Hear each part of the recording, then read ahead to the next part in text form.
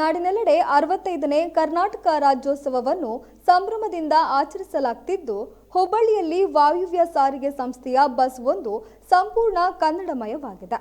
ಕನ್ನಡ ರಾಜ್ಯೋತ್ಸವದ ಹಿನ್ನೆಲೆ ಬಸ್ ಅನ್ನು ಹೂಗಳಿಂದ ಭರ್ಜರಿಯಾಗಿ ಶೃಂಗರಿಸಿದ್ದು ಮಾತ್ರವಲ್ಲದೆ, ಕನ್ನಡದ ಬಗ್ಗೆ ಹೋರಾಡಿದ ಗಿರೀಶ್ ಕಾರ್ನಾಡ್, ದಾರಾ ಬೇಂದ್ರೆ ಸೇರಿದಂತೆ ಕರ್ನಾಟಕದ ಹೆಸರನ್ನು ಉಳಿಸಿ ಬೆಳೆಸಿದ ಗಣ್ಯರ ಭಾವಚಿತ್ರಗಳನ್ನು ಬಸ್ ಮೇಲೆ ಅಂಟಿಸಲಾಗಿದೆ.